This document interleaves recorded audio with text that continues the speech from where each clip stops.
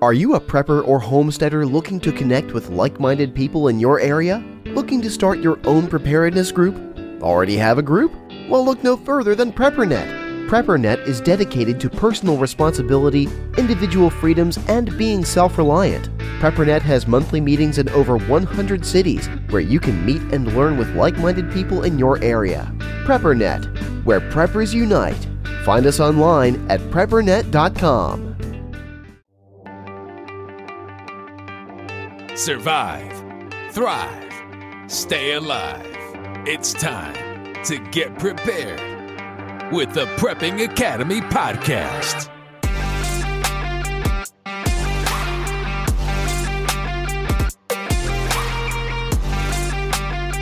Hey everyone, welcome to PrepperNet Live. This week we're going to be covering bug out bags. It's bug out bag week, and we thank you for being here. I got some special guests that are in the green room with me.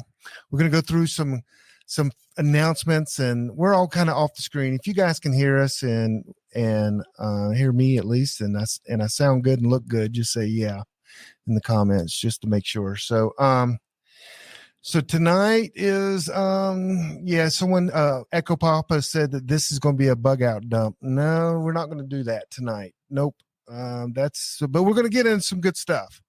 So first I'm going to go through some announcements, and I'll bring us up so you guys can see who we are here. I'll go ahead and we'll pull it to the side here. So we got me, we got Beth G in the house, and we got 775 Sleepdog. Oh wait, I'm sorry. That's Sheepdog. I always mess that up. So sorry about that. So we're in the house here. So yes, someone said yes. So we're going to go through a couple announcements. Hey, the Prepping Academy is the largest prepping podcast in all the world. Well, not yet, but we're working on it. So Uncle Buck and I, we go through, we're getting ready to interview some people, got some big names lined up. So your favorite, whatever your favorite podcast app, just subscribe, like, give us 5 stars, and then send us $25 each. Okay, maybe not the last part, but anyway, Prepping Academy. That's every week. Last week's is in the I just got to post it. My bad. Okay. Next announcements. Hey, I'm giving away a sun oven. This device you put outside in the sun, it cooks your food. It is the absolutely best way to hydrate food, like dehydrated food, because the way it does it, there's a Scott Engineer 775 did a video on it and said that the sun oven works amazing, and he's an engineer, and you got to believe him.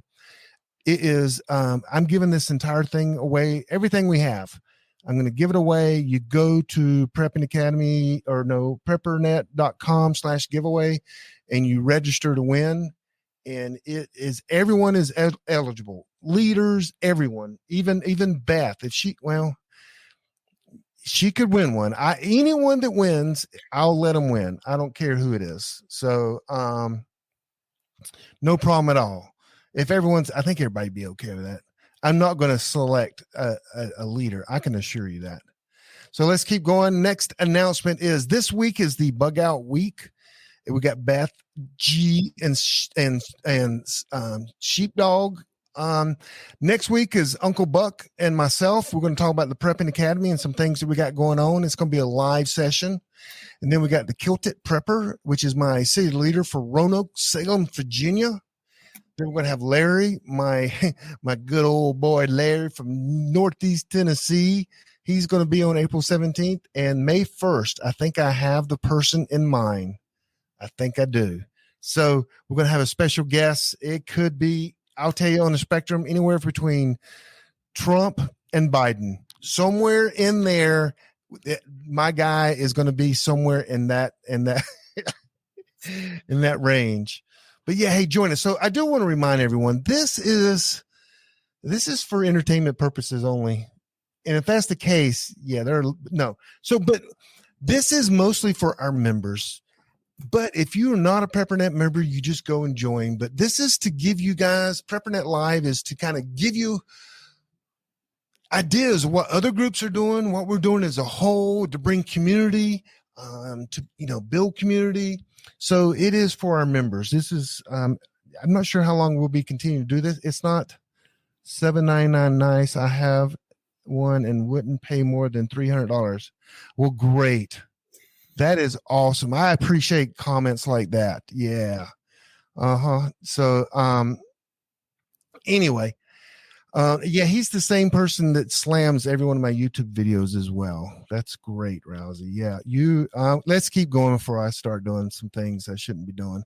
Anyway, Beth G and Sheepdog is in the house, and we're going to be talking about bug out bags this week.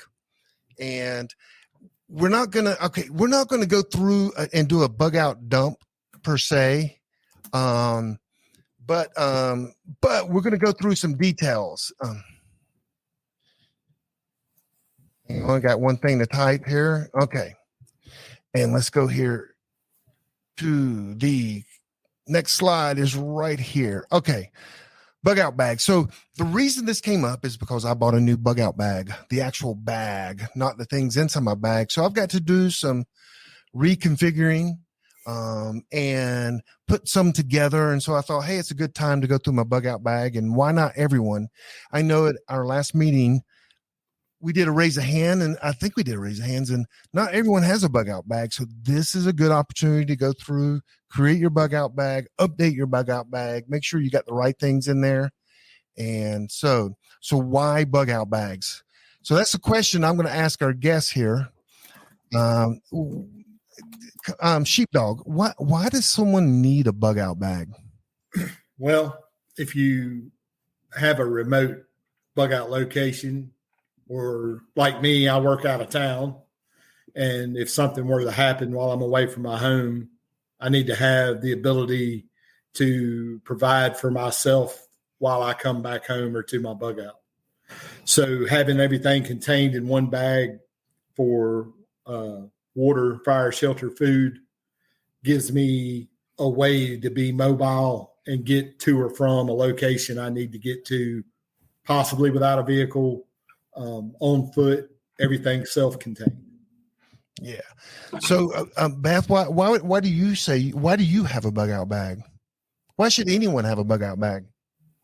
Well, I don't think I could say it any better than Scott. I mean, if you need to get home with or without your car, I mean, I have things in that bug out bag that I would use if I were stuck in a traffic jam, like what happened on, I think it was 77 North last winter when those people got stuck for almost 48 hours. So it's not always about just that you have to maybe get home from where you are on foot for some reason, but just to have supplies with you.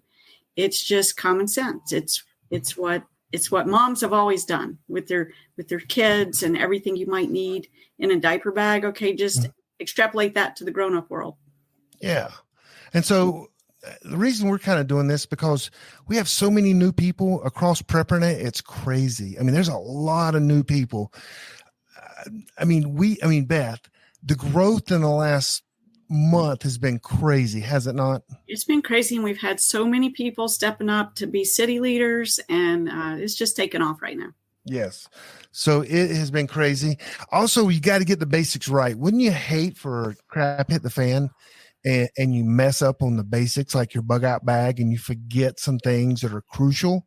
So let's get the basics right before we start planning our survival retreat and what uniform we're going to wear. Let's make sure we have the basics down, and also to rethink your bag. You may have put a bag together, but you sure you have the right items in there? Maybe you do. Maybe other people have, better items, or maybe you've gotten smarter and you've learned more and you need less tools back there in your bag. And another one is, hey, you got to maintain and update it. That's why we're doing bug out bags. I know it's a simple thing, but it's what we're doing. So here we go. We're getting into it. So here's some of the goals we want to cover through this. The couple of nights this week is, what is a bug out bag? We're going to kind of go through that. Different bags and what do they need it for? Because, some people confuse their bug out bag and their vehicle bag. We'll get into that with Beth a little bit. some of the things you got to keep in mind are where you going, what are the conditions? I mean, is it wintertime? Are you in Florida? Are you in, Michigan? Where to start, the bag itself. We're going to show you our bags and what bags we use. What goes in. I mean, there's 1,000 checklists online. If you think we're just going to give you a checklist of bug out bags, wow, we can't do that. There are 1,000 of them. And you got to start from the beginning on that though. Who needs one? Men, women, children, pets, who needs one? Pack it. How do you pack it? Because when you pack a bag, it's important where the weight distribution is. And then, how to maintain it. So we're going to go through all these items here. So the first thing is a bug out bag. I have like the technical definition here of what you guys it's a bag for use for emergency. When you pack it, it has all your essential things when you go. But it probably needs to be a little bit more defined than that. Would you think so? What do you guys think? Yes, sir. Yeah, and tell me why. Well, you need to be specific to your terrain, your environment, and your fitness level to some extent. But again, you need to cover those basics: water, fire, shelter, food. So we talked before. I have 3 bags. They're identical in scope. They're just a little bit heavier in material for longer term things. There was a question in there about how many bags do you need? Well, it depends on how far away you are. I may be up to 400 miles. Hey, let's take a quick break. Are you a prepper or homesteader looking to connect with like-minded people in your area? Looking to start your own preparedness group? Already have a group? Well, look no further than PrepperNet. PrepperNet is dedicated to personal responsibility, individual freedoms, and being self-reliant. PrepperNet has monthly meetings in over 100 cities where you can meet and learn with like-minded people in your area. PrepperNet, where preppers unite. Find us online at PrepperNet.com.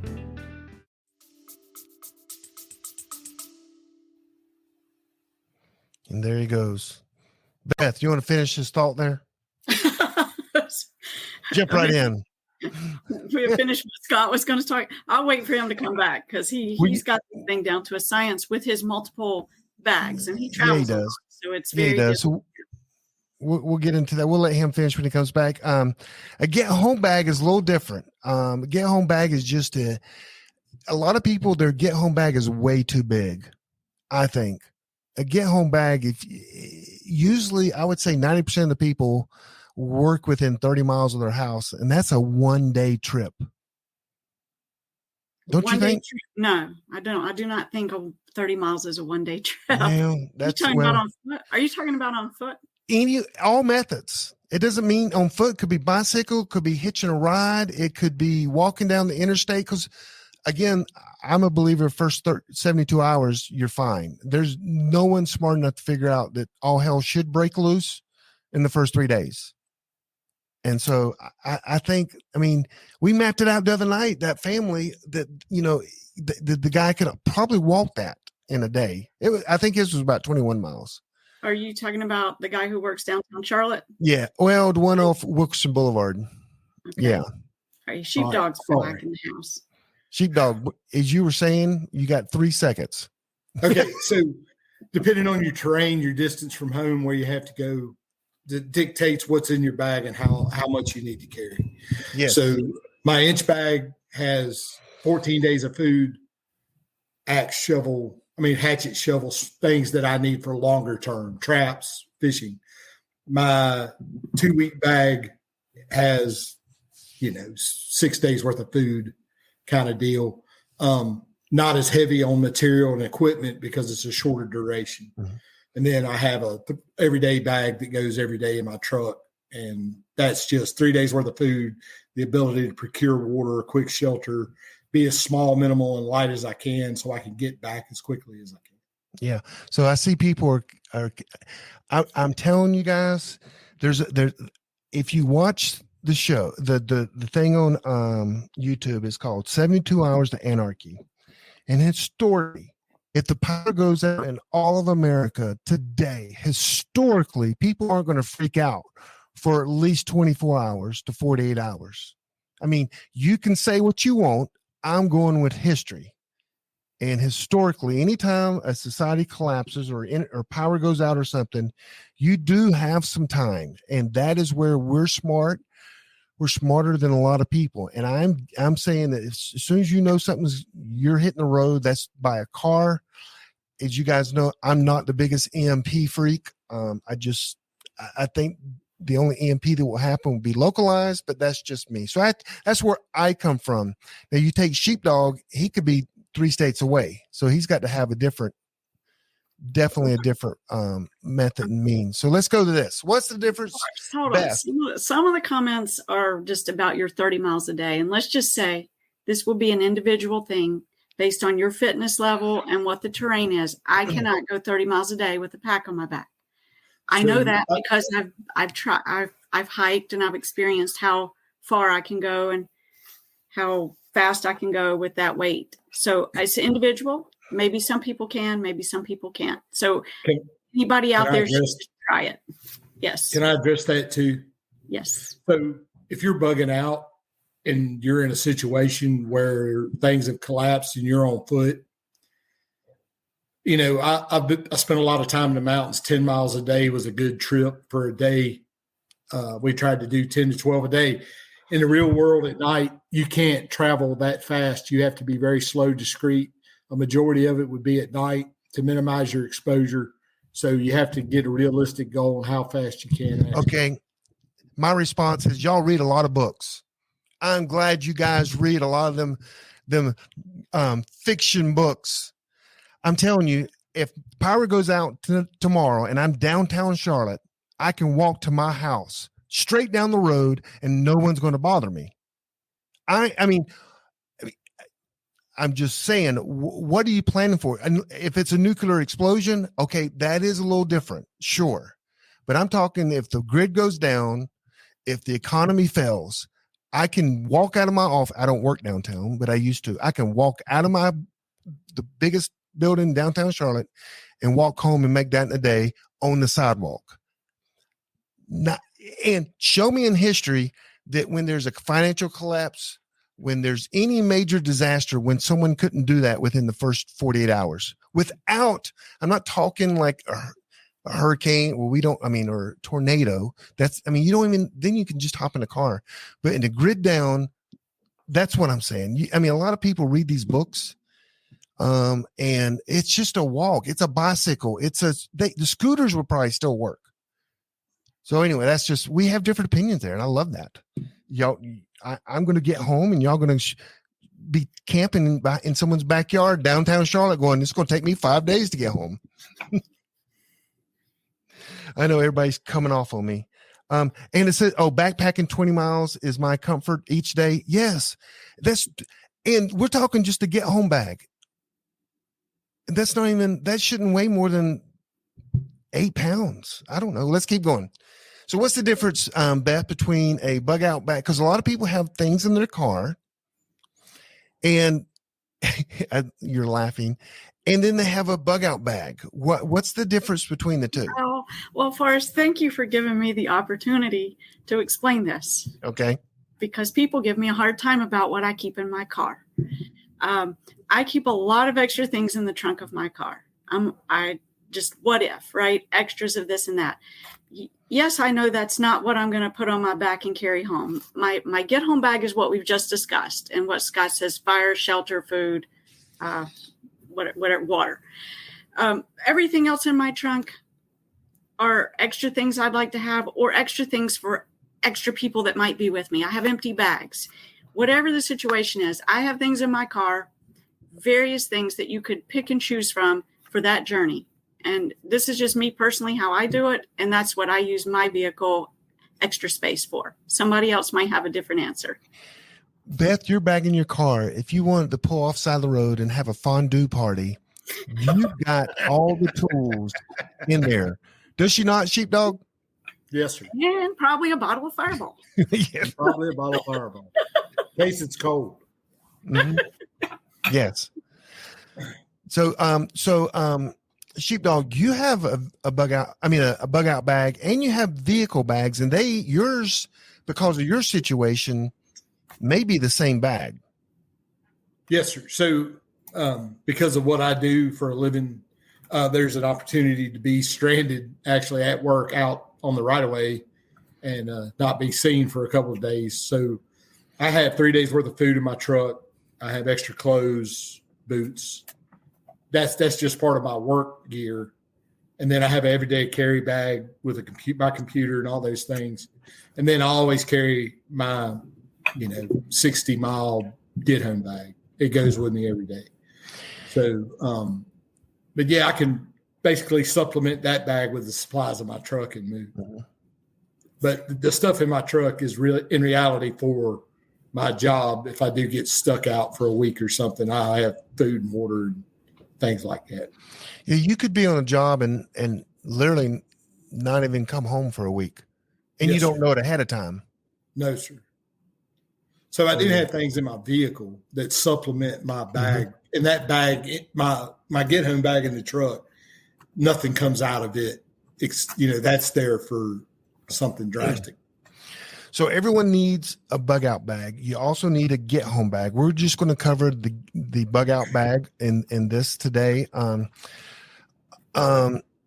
And this is some information I just literally found on the internet. It all has to do with your terrain, your climate, your health, everything that you and you can see there's clothes and everything. When you start thinking about a bug out bag, if you're putting one together now for the first time, I would think summer, maybe, because winter, I won't say the winter's done, but I would start thinking spring and start planning for warmer weather.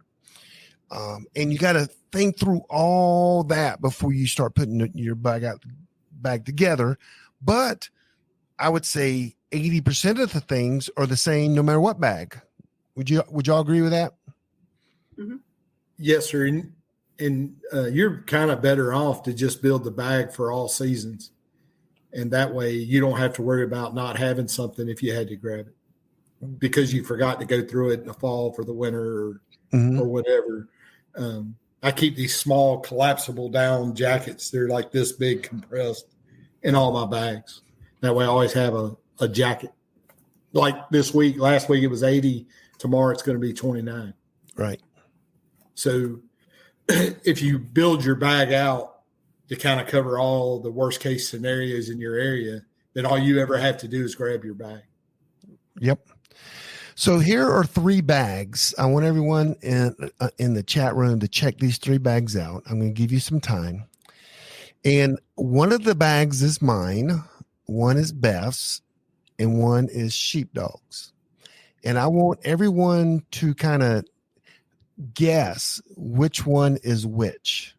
This is going to, because I think they're going to get a couple wrong, but guess which one is which. Now, I guess, yeah. So I'll give some people some time, but I'll tell you, yeah, that's all I can say, or I'd give it away. So guess who cares? Hey, Beth, will you block him? Just ban him. What? Ban him? Oh, yeah. Oh, you want me to just boot him off? Yeah, just get rid of him.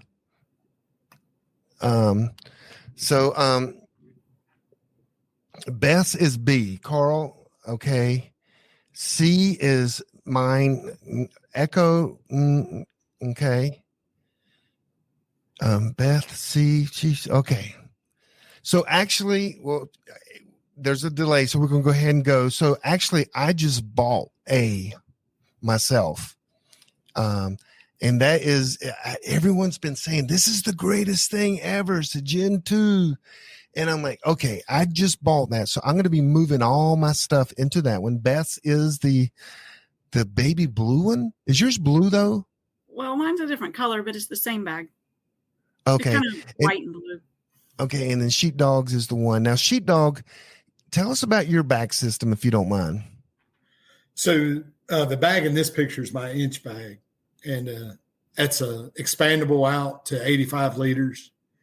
So I did that for a reason. It gives me the ability if I am moving between locations and I run across supplies or material, I can increase the size of my pack and add to what I already have to supplement what I have. It's also made to carry for long distances. It has a really good suspension system, really good waist belt. Everything's adjustable for your height and your size. It does a lot of stuff to make carrying that comfortable. Mm-hmm. And Beth, have you hiked with yours, Beth? Oh, wow, Forrest. Thanks for that little softball pitch there. So my bag, so I've learned, and for the ladies, I think this is really important. And Echo Papa just made this comment. It matters how heavy that bag is empty, right? Mm-hmm. So I switched from a tactical Molly kind of a thing to a traditional hiker pack because I'm starting out with less weight from an empty bag. And it fits more comfortably on me. It fits me better. I can get it fitted to me.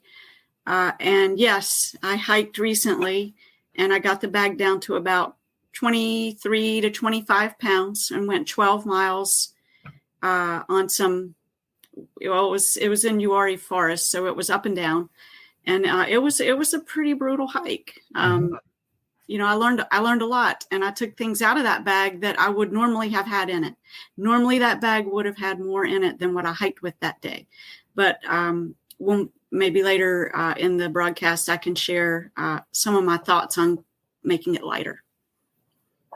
But I do recommend for women maybe go with a traditional hiking pack and not these heavy canvas tactical bags. Mm-hmm. So people say mine's heavy. People say mine's not gray man. I don't care. If I have my bug out bag, I can care less about gray man. I'll have my rifle in my hand. I don't want to be gray man if I have my bag. Two is, I guess it's all where we're starting from what our idea of bugging out. I don't see myself walking to my retreat. I just don't think it's going to happen. I just don't think it's ever going to happen.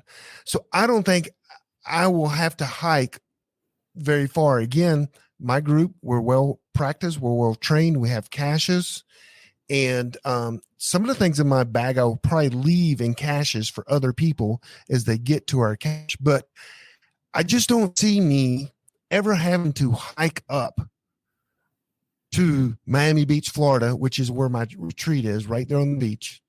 I just don't see me having to ever do that. The only event that could cause that to happen is the EMP. That's the only event that would have me. Other than that, I'll be gone before people even realize what's going on. That's just my 2 cents. Wait, can I remind you of something? Yes. I'm not calling you out. I'm just making you think about something.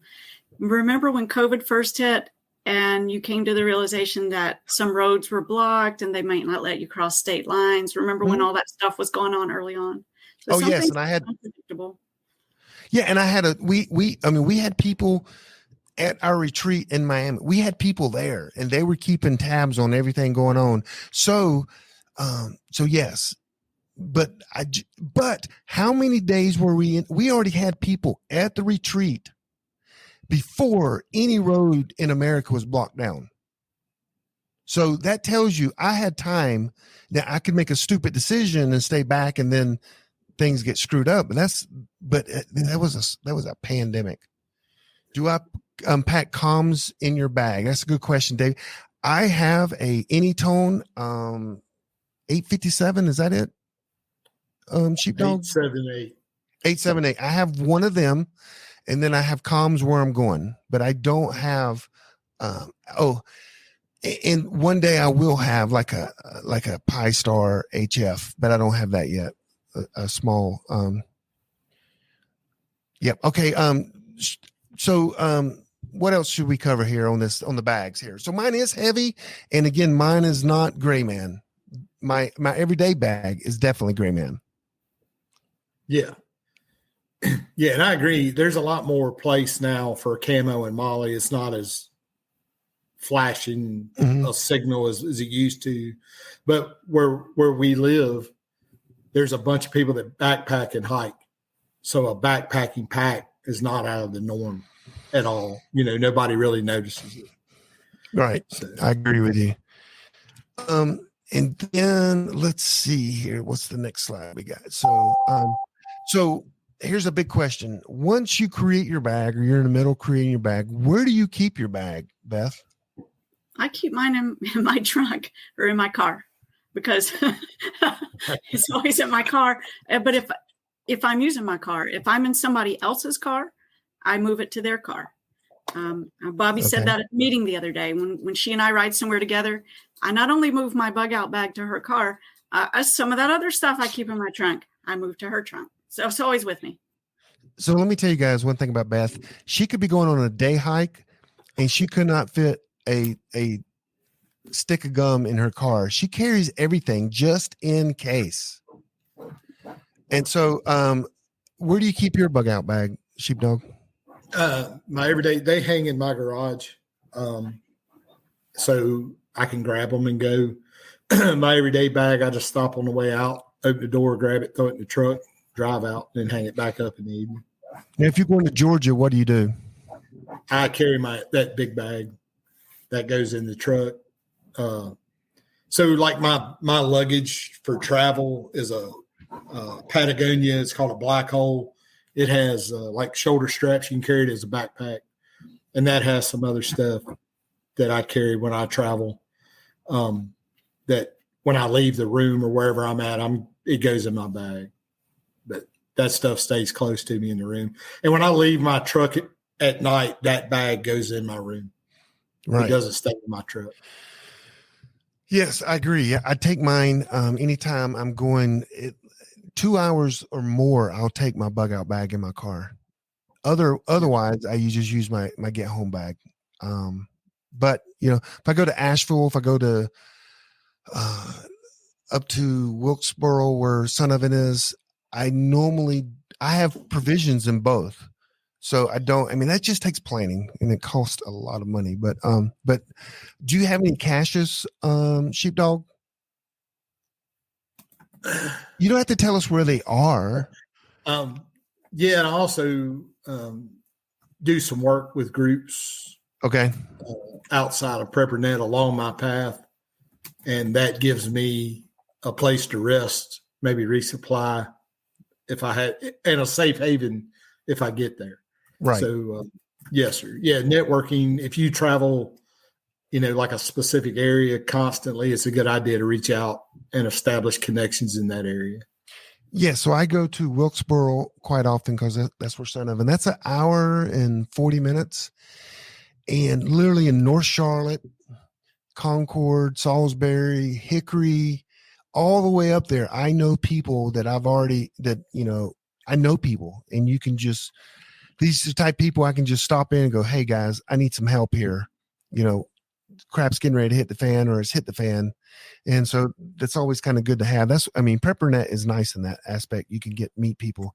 So some of the things in the bug out bag, I'm going to let Sheepdog just cover this, because he narrows it down to 3 things, but I go a little bit more in depth than he does. But go ahead, Sheepdog. So yeah, your basic necessities in a bag are water, fire, shelter, food. Water first. And if you're got 3 days worth of stuff and you're moving fast, you're trying to cover ground, you don't need, everything's minimal. You don't need as much. And that's the difference in my bags, is each bag is kind of supplemented with more stuff.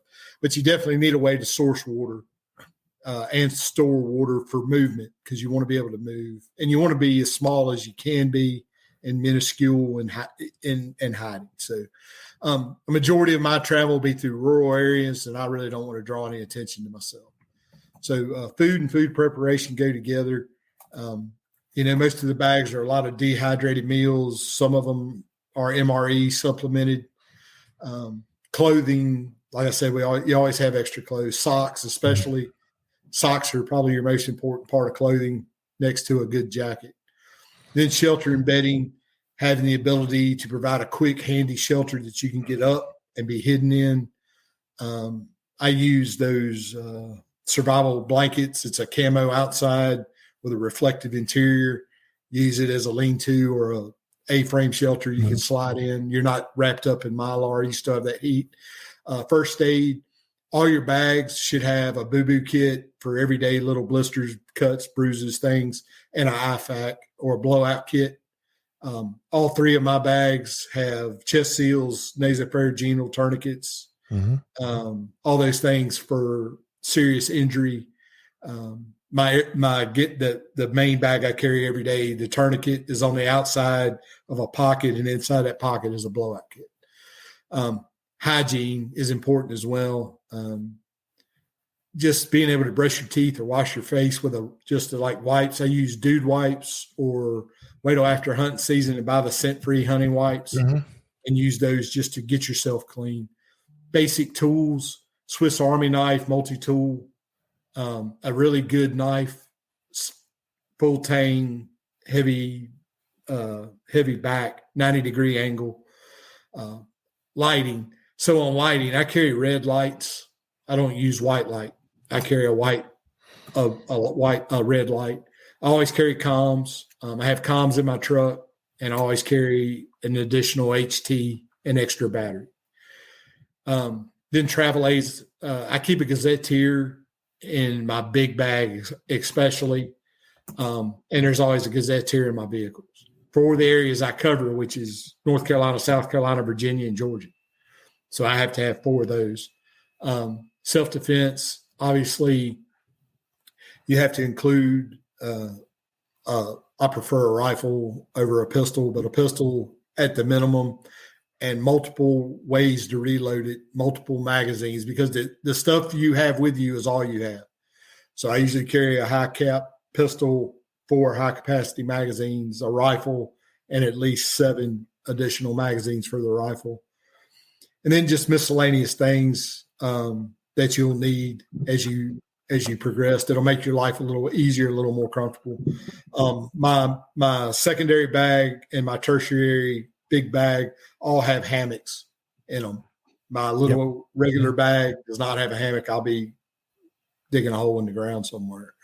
But I do have something to sleep on, something to sleep in, something to sleep under. So if you just put 3 tarps in your bag, little 9x8 tarps, 9x5 tarps, you can be off the ground, be under a shelter, and wrap up in a tarp.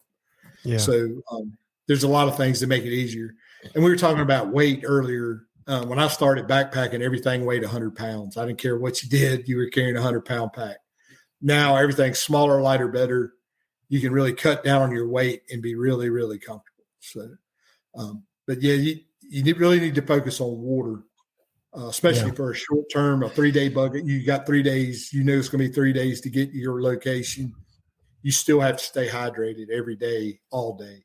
So have a way to secure water, store water, purify water. So my bag has changed so much as well because my kids are now adults. So, at one point I'm having to carry, everything. And so my bag has gotten smaller, and still I have my wife and some other people if I was to walk.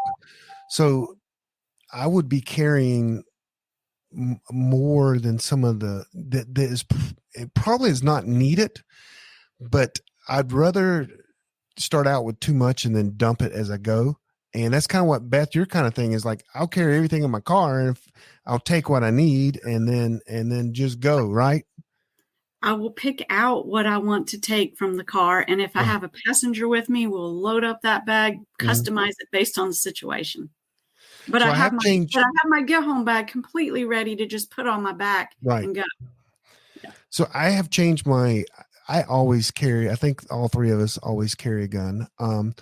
And I have put something in my everyday bag that I didn't used to have. And I'm not sure if I should tell you guys, it's a 22 pistol with a tool that makes it quiet. I just feel that could be very useful in my everyday bag, my get home bag, I guess, my everyday. So that's good. And so, Beth, anything on there? I mean, I am not going to ask this question. I am not asking this question. I mean, is there something else that females need to think of any different than any of this, or not really?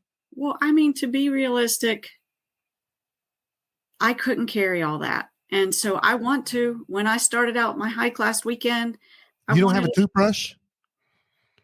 I did put the toothbrush in there. I have You carried all this last week, but in small items. Okay, so realistically, there's only a certain % of your body weight that you can carry on your back, and women need to try to carry less on their shoulders and more on their hips. And there's ways to pack your bag and stuff like that.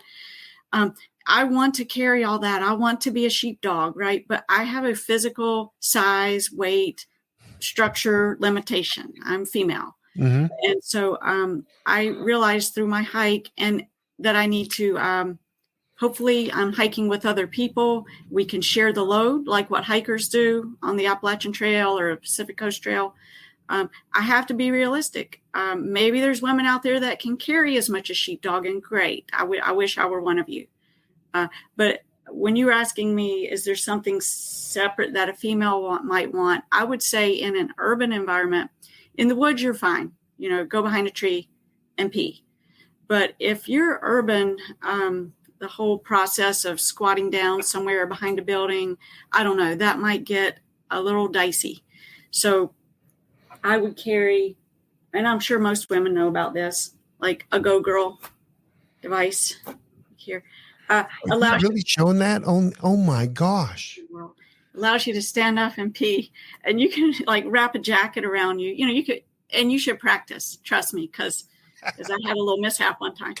I'm just being honest. The standing up peeing thing is nice. In an urban environment, I prefer just if it's in the woods. Anyway, that would Sheepdog has one of them as well. Sheepdog. It might be built in. That's nice. Do you carry Fireball with you? That's a question. Okay, we won't ask that question. Let's go to next. So has your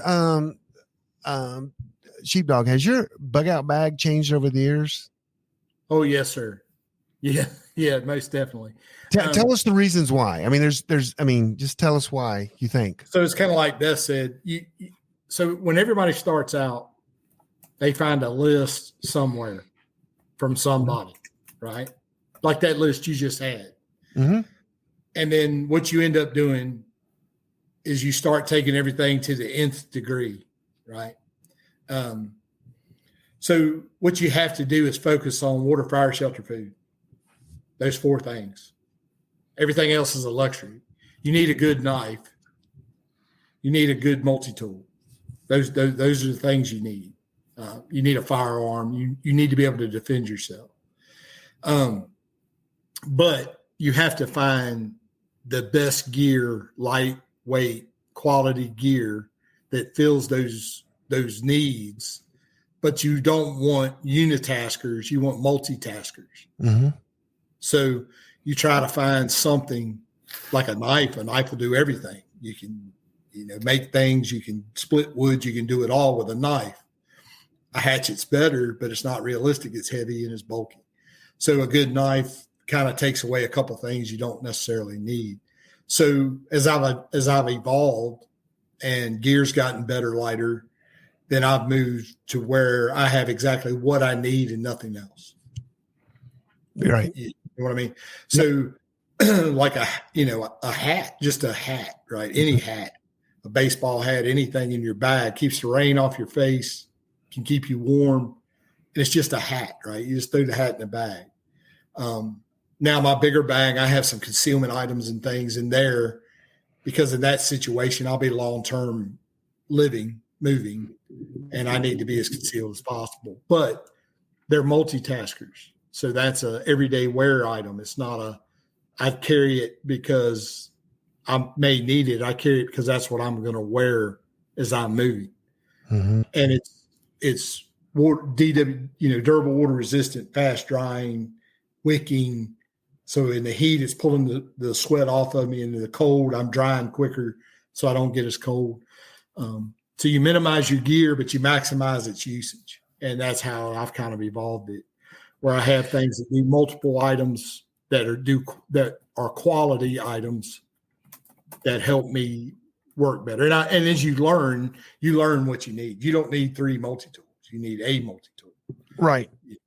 So, And also yes. one of the things that changed on why I wanted a bigger bag is because I want to put my AR in my bag, and my other bag, it wouldn't fit right. I had to put that little, the folding thing on the back Yes, for sir. your, and I didn't want to do that. And so, in this one, it fits perfect in there. And I, because everybody's, well, I probably won't be carrying an AR walking down whatever road I am. I'll have a gun on my hip. It will be concealed because we're just talking the first 12 hours of the crap hitting the fan or whatever it is. So that's one of the reasons I wanted to change my bag a little bit. I can fit not heavier things, but a bigger thing like my gun inside the bag. So Beth, what has changed with yours? It sounds like you're taking stuff out every time you go. Before long, you're like, I don't need a bag. Well, what has changed with mine drastically is, especially after our last trip to Uwharrie, was just the realization of my physical limitation and what I can carry. And so I'm always looking for, like Scott said, multi-use items. Oh, sorry, Sheepdog. Multi-use items and lighter weight. And so I do have something that I'm going to try. Do you want to see it? Is it safe? Is it PG-13?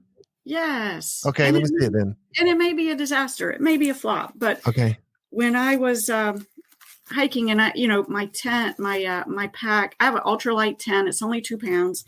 A very awesome sleeping bag that's lightweight, but they're also still bulky. Again, I'm just looking for ounces to get rid of.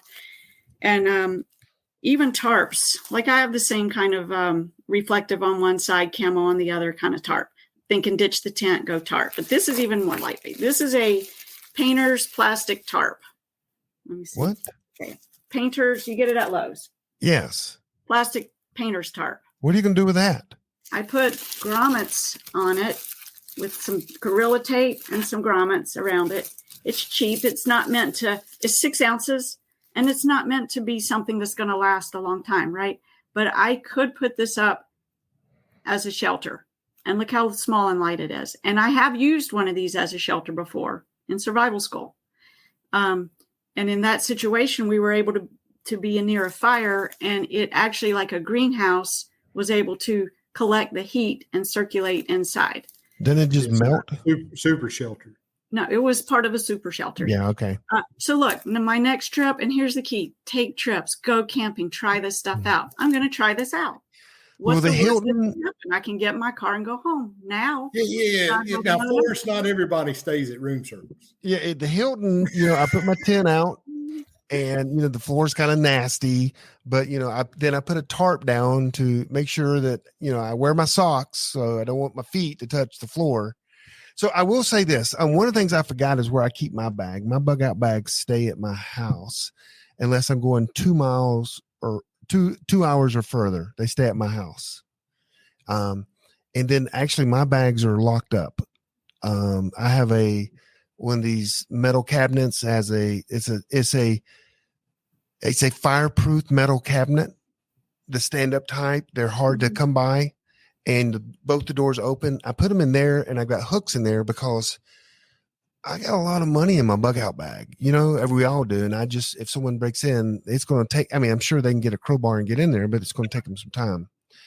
But mine has changed because, again, I have no more kids. My last kid is lots of germs on the floor. Dang right, Carl. You got to protect yourself. And sometimes there's condensation from the air conditioner. You got to protect yourself from the leaks. And so, so mine's changed because of that. And also another one, and I know this is a fact for both you guys. You've gotten smarter. So you don't now have to carry a lighter, a Bic, ferro rod, 10 different ways to make fire. You can carry, I got a strike, a ferro rod that I can start a fire almost, and I've got wood in there, fat wood. I've got everything. But the smarter you get, and it's the Firefox guy. You remember the Firefox series? Mm-hmm. The guy, he said, the more you know up here, the less you carry back here. And so we've gotten smarter. So our bug out bags have changed. And so for those of you starting out with your bug out bags, just don't go to a list. We can save you many steps if you listen to some of the things that experienced people have and their ideas. Don't go to a list and start buying stuff. Go to someone and say, "Hey, Preppy Squirrel, how do you carry what forms of fire starters do you carry?" And then Preppy Squirrel will go, "Hey, I used to carry this and this and this. Now I just carry these two things." Or, "Hey, Beth, what do you carry for, tarps?" And you go, boom, you're making one. I think that's, I have the other type of tarp it's like a rain fly that goes over top of a hammock. And that's just about as light as that. That thing is very light. Yeah, I carry really, really lightweight. They're compacted. They're this big. Yeah, that's what I carry. And they don't really weigh anything, and they're less visibility than plastic or Tyvek. Tyvek's really good if you're on the AT and you're through hiking. It's really good. Yeah. If you're trying to be invisible in the woods, a big piece of white fabric strung between the trees is going to be a little visible. Yeah. So anyway, I would say do more research on the beginning, because you'll catch some things that Beth say, or Sheepdog, or Echo Papa, or there are people, very experienced people, and ask them, and then go to that. That way you're skipping years of knowledge and practice, and taking this stuff out to on a bug out weekend, and because you're taking your knowledge and just other people's knowledge, and it's helping you guys. So I would definitely talk to others. Just don't go by the list. And we've done that locally, taking people out with their bags, and people have found out the hard way what works and what doesn't. Mm-hmm. Even the fire starting, when we did the fire class, a lot of people had their fire starters they used, and they found out that they didn't work. So, yeah, the more you practice, the more you do, the better. The more you learn what you have works or doesn't work. Hey, and if your group, I know Asheville does a bug out weekend, Charlotte does bug out weekends, Northeast Tennessee does. Hey, if your group doesn't do that, hey, get to your leader and say, "Hey," and you start it. Y'all go camping one weekend, hang out, and practice. So the next thing is, we do have a list, and I'm going to post this. It's just a basic list. These are some of the things you need to have in your get home bag. And if you go to, PrepperNet.net, I'll post it there. And it's just a basic list. I partnered with this company that put this together years ago for me. And it's like, it doesn't tell you, it says have a knife, a fixed blade knife. You've got to figure all the stuff out, but this kind of is like generic things you got to have in there. Toothbrush. Every bag I have has a toothbrush. And it's just, every bag I have has a ferro rod. It's some of the things are and so, here's a question. We'll start with Sheepdog. What 3 things do you have in your bag most people do not have? This is your get home bag. No, sorry. This is your bug out bag. What's so I carry, gaiters. For water? Gaiters. Yeah. They go about halfway up my calf. Yep. They keep debris and water out of my boots. I carry a thing called yak tracks, which you add to the bottom of your boot. It's like a flat crampon for icy, snowy conditions. So you have really good footing in snow or ice. You can keep moving. And I carry a gillied boonie hat. And it allows me, if I had to make a quick shelter, I can sit down, unfold the sniper veil on the front that's gillied, cover myself up. I can wear it backwards, throw it over my bag, and break up the outline of my bag and make myself less visible as I move. Nice. Very nice. Okay. Beth, what 3 things do you have in your bag that most people don't have? Okay. Well, I already showed y'all the Go Girl that women might want to have. I have. That's called a Go Girl? Mm-hmm. Yeah. It is. They make Okay. different ones. I That thought one's it was called a called Diva Cup or something. I don't know. Is that something? all right, here we go. Never mind. Okay. I wasn't gonna pick it up, but hey, I'm kind of past needing one of these, but for young girls, younger women, okay, that it's packs very small and light, and you don't have to worry about what time of month it is. Okay, I have a Garmin InReach device, which I actually pay for a subscription to. So I can send messages through satellite if it's available. Also has all kinds of mapping and GPS trails and city streets and trail maps and everything. So to me, it's worth the subscription that I pay for that I can send messages to my loved ones.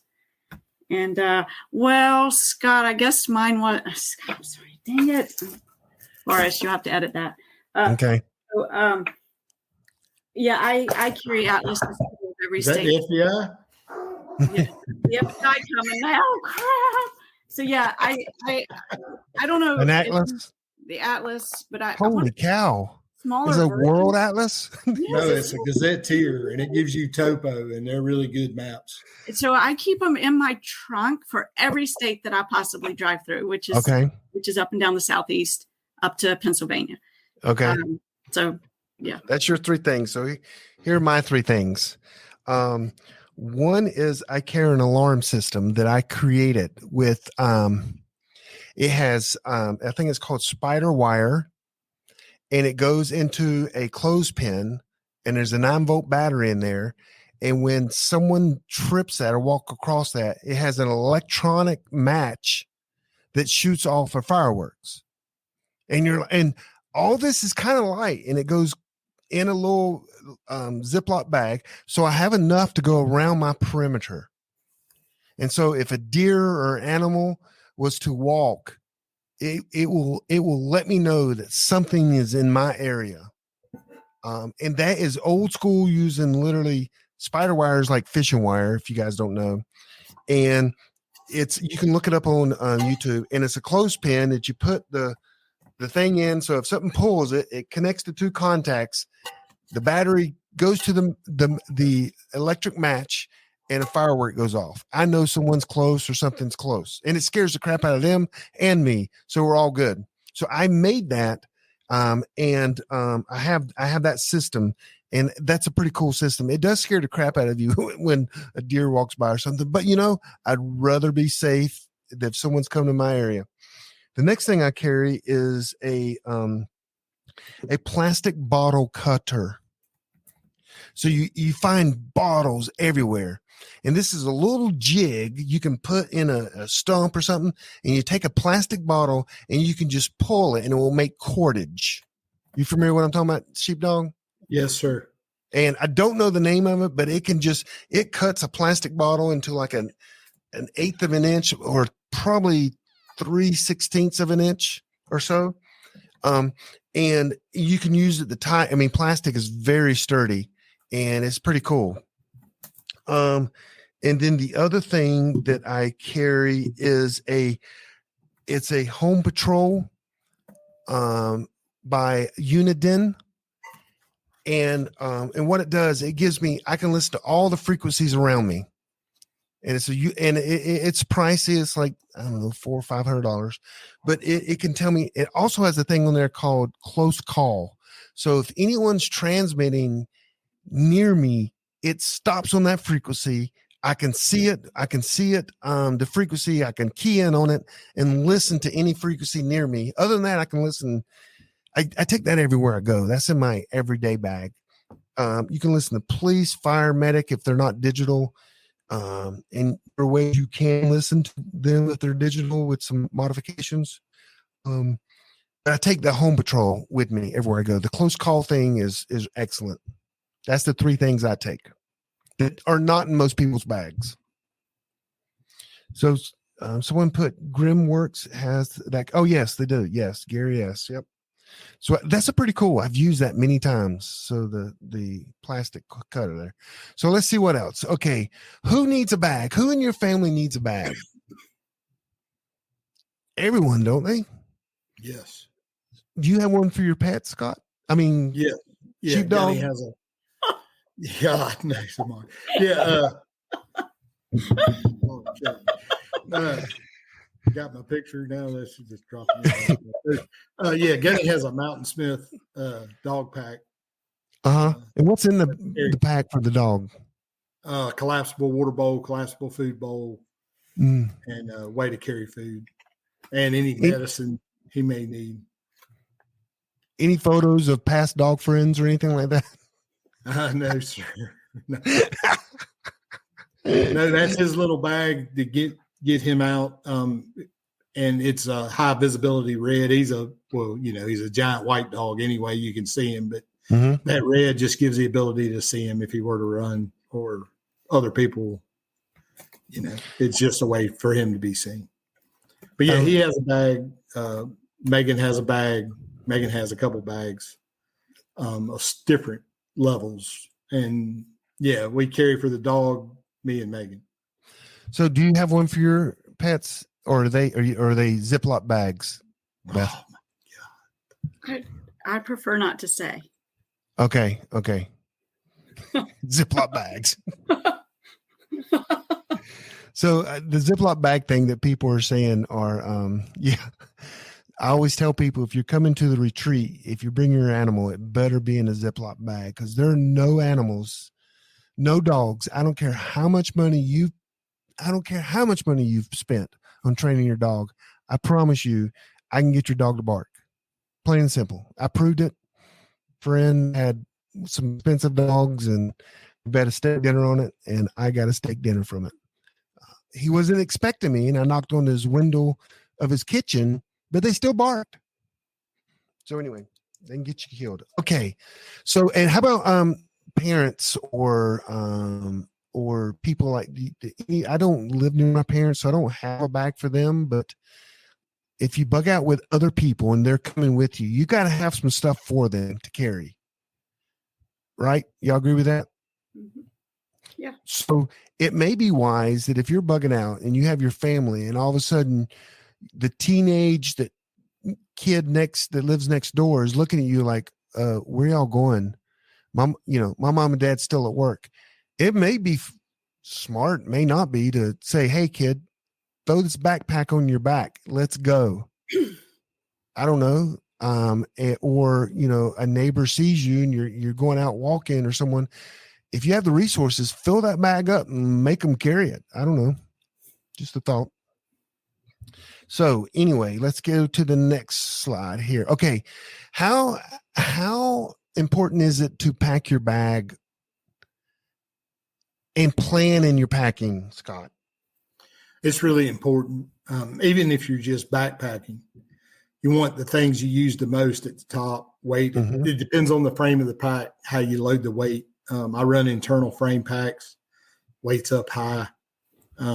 External frames, the weights in the middle, I believe. But you want the items you use, like your rain gear, your first aid, boo-boo kit. All those things need to be near the top and accessible when you need them. And like the problem, if you're leaving like a city to go into the woods to move, your weapon has to be accessible, but it has to be hidden. So, but it's very important how you pack it. And you need to pack all three the same way if you have multiple bags. So you pack everything the same way. So your first aid kit is on the left or right side, and everybody knows where it is on all the bags. Your rain gear stays at the top of your pack. Everything in my bag is in a dry bag inside the pack. That way the pack, the new bags are really a lot more waterproof than they used to be, but there's still the opportunity to get stuff. So everything inside a dry bag, I now have everything dry, safe, accessible. And I have a dry bag I can use for water to gather water. I can gather water with the dry bag. So having things packed in a specific order in every bag and consistently across whatever you're using helps a lot in finding things and getting other people directed to where to go get things. Also, it makes a difference in the weight and where you put the weight in Yes, the sir. bag as well. Yes, sir. And it all depends. Again, know the frame you're using. Yes. We had a local guy in the Charlotte group send out a picture for external frame packs versus internal frame, where to place the weight. And that really does matter. Yeah, it does matter a lot. Also, you don't want to stop on a trail or you're walking and you go, crap, I need X whatever. And it takes you 10 minutes to find it in your bag. You need to know, kind of mapped out in your head where everything is. Yeah. So both my bigger bags are top load bags. But the biggest bag is a top load bag with a panel. You can panel load it too. So I can lay it down and unzip it and see everything in that bag. I don't have to go digging through. I can just lay it down, unzip it, fold the panel back, and I can see everything in the bag. My middle bag has a side zipper. I can open it on the side and open it and see what's in that bag as well. So it's really important if you have a smaller pack to be able to unzip it all the way and lay it flat. That way you can see where everything is. Yep. And securing things inside, it's a good idea to have a pack that has a way to suspend things inside in the pack itself. Right. Like my emergency or straps, like my emergency tarp. I have 2 straps. I put it in, pull those straps across, and it stays flat on my body. And it is interesting that as the crap hits the fan, as the time starts, as the crap hits the fan, in the beginning, you have to be somewhat, gray man. You don't want to be carrying your rifle and walking down the street.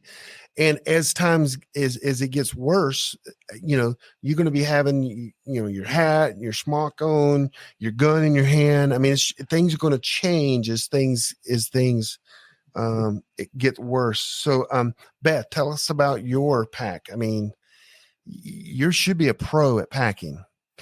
I'm just saying, what you get in that car. I mean, Toyota would love to have you in a commercial. You can fit a whole house in here. Okay. So my bag stays packed. It's separate from everything else in my trunk.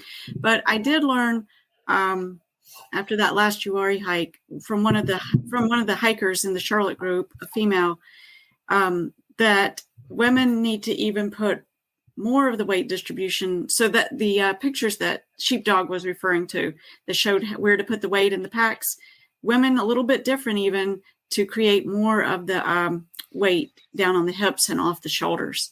But definitely one thing I've learned is to color code my internal bags, so I'm not searching, rifling, throwing everything out. I can just zero in on that color, grab that pack out.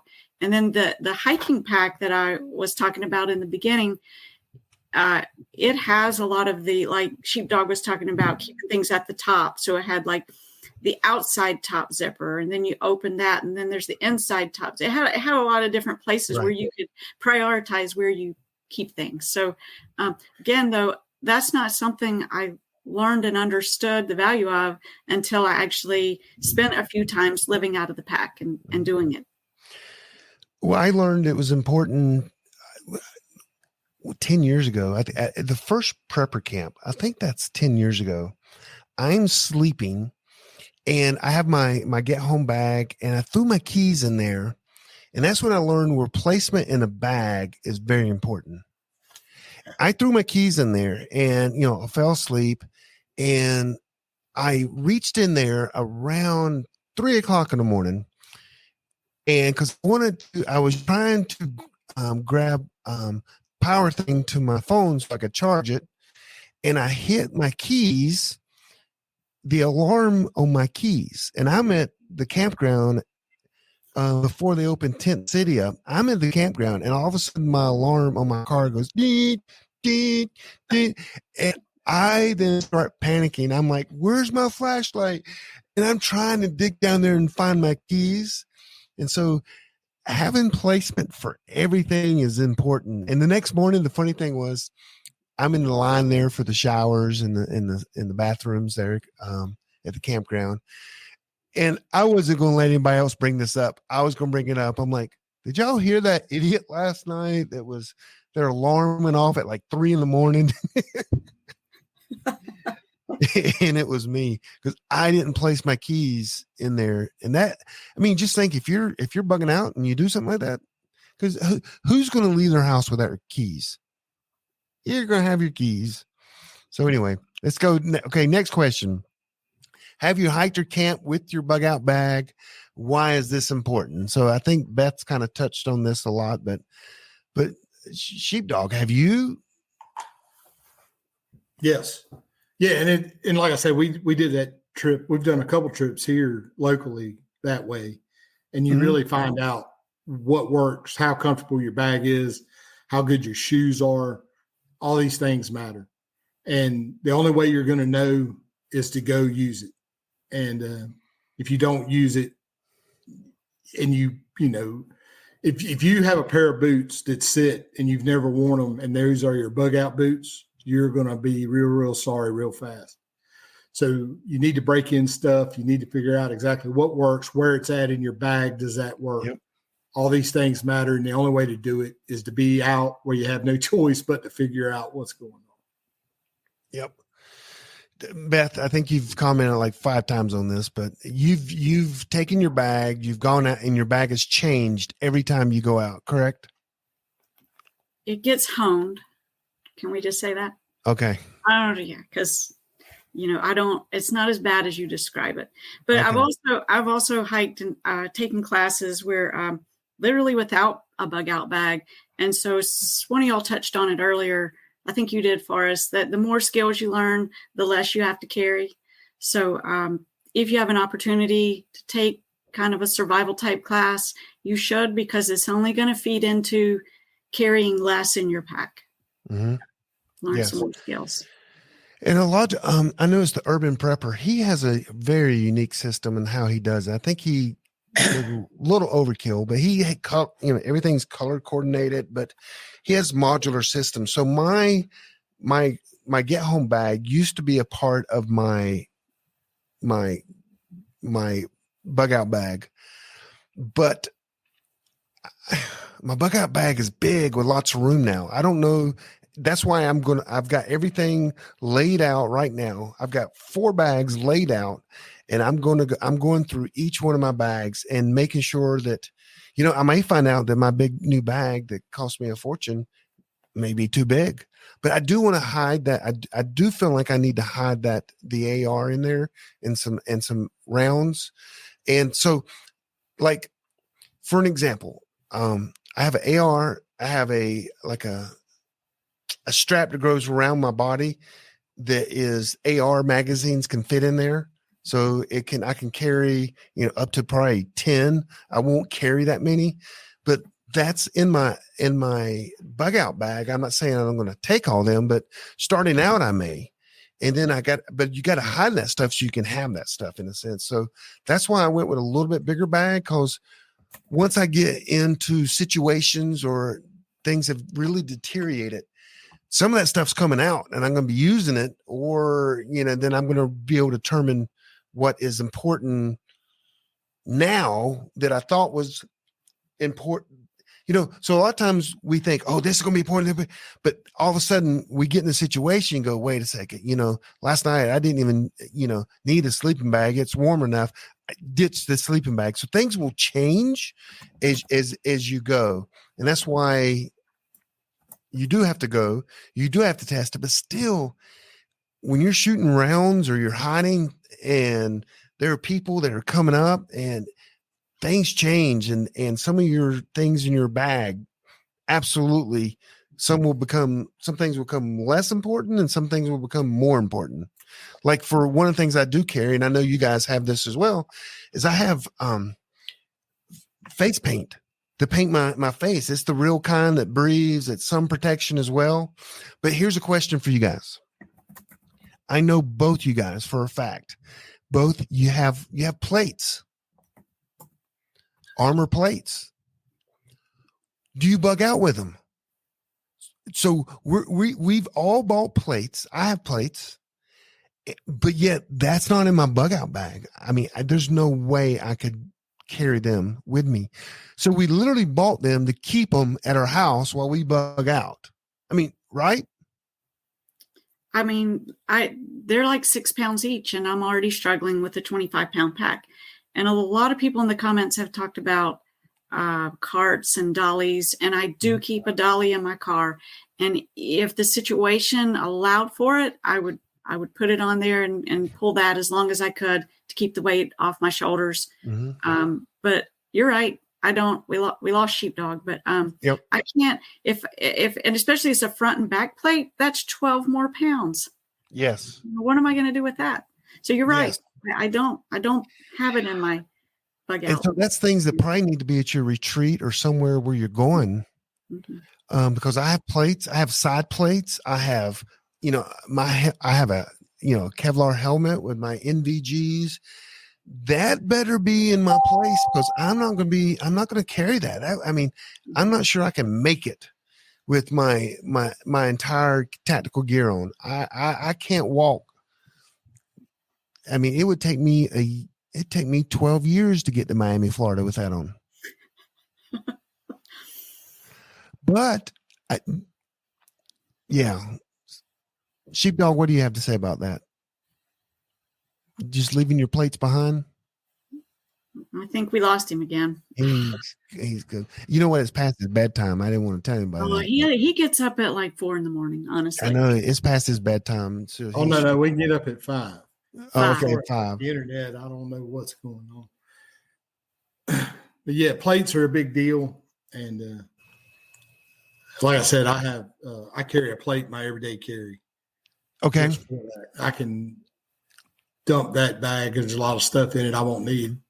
And is it just a square one, like a 12 by 24 or something like that? He's gone again. Why is his internet moving out?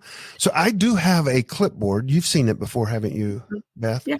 It's a legal size clipboard, and it can handle everything except probably a rifle. It can handle all the different handguns, and I do have that, but I don't carry that around with me. But anyway, Sheepdog's having some issues here. So let's see what the next slide is. Maintaining. Okay, yeah, this is just about maintaining. So is there anything that you have to go through your bag and maintain, meaning anything get old that you have to get out and put other things in there? Mm-hmm. Yeah, so I definitely had trade out for the season because I can't carry it all. But the other thing, and a lot of people ask this in the comments, is what do you do about food? Do you leave it in your car? Does it get old? Do you have to swap it out? And I do swap out food periodically. Yeah. Anything you have to maintain in yours, Sheepdog? He's gone again. I don't know why his internet just got quirky. I have food. What I've learned is I do have in my food. I've learned even food what I like and I don't like. You know what I mean? Mm-hmm. So I have changed out food just for the fact that sometimes I like things and sometimes I don't like other things. So, but, hey, are you with us now? Are you gonna stay with us this time? Or are you gonna drop off again? I'm trying my best. Yeah, put your arm out. So anything in your bag that you have to adjust or maintain, or it gets old? I go through food, first aid stuff, make sure all the first aid gear is up to date, not out of date, and try to stay on it. I go through it about every quarter just to make sure nothing's going bad. Yeah. So I did my bug out bag gears. I mean, it's been a year, and I've noticed some of the Band-Aids are kind of getting funky a little bit. You ever seen that where even the outside of the packs are getting sticky, and I'm like, okay, they got to go. And so there's a lot of things I'm learning. And then some of the items I have in my bug out bag, it's like the rubber is getting old because I've had that. You know what I mean? When rubber gets old? Yes. I don't know what. Yeah, like seals on your water filters and things like that. You need to check. Yeah. And batteries. Yeah. Someone put batteries in there. So, so here's a good book for everyone. There's 2 books I'm going to recommend for everyone. This one is called Baseline Training Manual. This is his name is Joe. What's it? Delaba? What's his last name? Dolio. That is a good book. I know the Charlotte group is going through that book right now. That's a good book. So buy that book. Sheepdog loves his series. I mean, he loves it, even almost as good as my series, but he's never read one of my books. I know. So get that one. And also, I don't even have this on there, but it's a great book. It's one of the best books as well, is Survival Theory 1 by Jonathan Hollerman. Has a lot of the bug out stuff in there and why things you need and why you need them. But that's a great book as well. I think he even has a list. I mean, everyone and their brother has a list because it's easy just to copy and paste someone else's list. So, and you can, we're going to do questions probably next week. We're going to come back on Thursday because it's getting late. I will say this, guys. If you go to that store right there, the PrepperNet.com/Amazon, I have a store that a lot of the items are in my bug out bag, Beth's and Sheepdog's, and they're going to be we'll add more.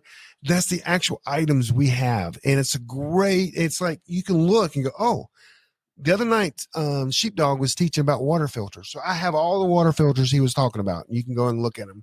That way you don't have to guess or, boom. And we make an amazing 4%.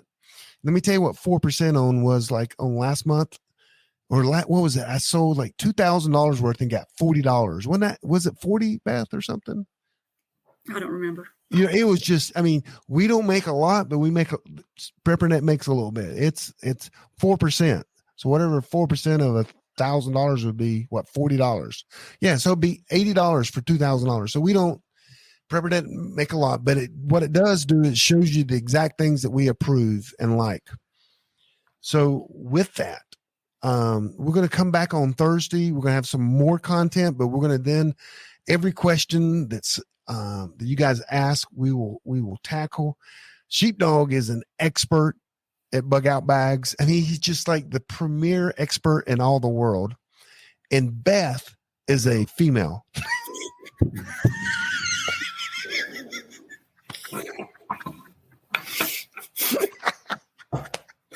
It just digs that hole deeper. Why do I put up with this? Why? I'm kidding on Why? Oh my God. No, but she has, you can tell she has a different perspective. She's an expert too. I guarantee you 1 out of 400 people in PrepperNet have gone camping with their bags and pick out the right stuff. And so she's ahead of everyone, but she's wow. Oh my goodness. That's funny. Right. So, Boris, tell people where they can submit their questions to. Okay. I would go, where should we send them to? An email or preppernet.net? I was thinking email. Okay. Email info@preppernet.com. info@preppernet.com. So we'll have some emails, questions, and then you can ask them live as well next week. But info@preppernet.com. So any last words there, Sheepdog? Thanks for coming on, by the way. Oh, thanks for having me. I appreciate it. I apologize for the internet issues. But buy once, cry once on gear. What was that? It costs a lot. It costs a lot of money, but once you buy it once, you'll have it a long time. Right. One of those filters that I used at the class the other day, that thing has literally been everywhere with me, and it's never let me down. And it wasn't. It's not really expensive, but it's not cheap. So buy once, cry once on gear, especially backpacks, water filters, and boots. If you have a bug out bag and you have a get home bag and you have all these things, you should have really, really good quality footwear to support the additional weight and the terrain you may encounter. Now, boots are like everything else. People like certain things, and that's what they're going to get. But I recommend 2 things. Go to an outfitter, REI, or a local outfitter, test packs. They can put weight in them. They'll size them. They'll fit them. They'll make them fit you comfortably with the weight, and get recommendations from them for good walking shoes. And and I appreciate everybody's time. And it wasn't a squirrel, by the way. It was a chipmunk. It wasn't a squirrel. Yeah, the guy. Sheepdog, it's just good to have you on, man. I appreciate it. But we look forward to Thursday. We'll get some questions answered and try to have maybe some gear to show. But I do appreciate everyone's time. Yeah. And that's it. Oh, wait, no, Beth. I feel very underappreciated right now. I appreciate it, Beth. Thank you. Thank you, Sheepdog. My final words would be, use your gear. That's it. Use your gear. Use your gear. Test it and use it. Okay.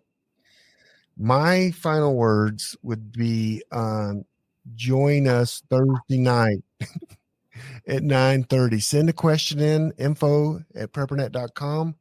And then Thursday night, we're going to get in a little bit. We're going to answer everyone's questions, and we'll have some more information on bug out bags as well. Maybe I'll have an update on putting all my stuff back in. When you take it out, it's overwhelming. I have 3 bags down there. It's overwhelming, the stuff. And then I feel guilty because I'm like, oh, I got the nice one in my bag, but in my wife's bag, I got the piece of crap one. So I was feeling guilty on some things as well. I've got to work through. So anyway, okay, guys. Hey, thanks for joining us this evening. Hey, PrepperNet.live, PrepperNet.net. Join us over there. I'm going to post our little sheet like everyone else has a list, and we'll see you guys there. Till next time, guys. We'll talk to you guys later. Thank you.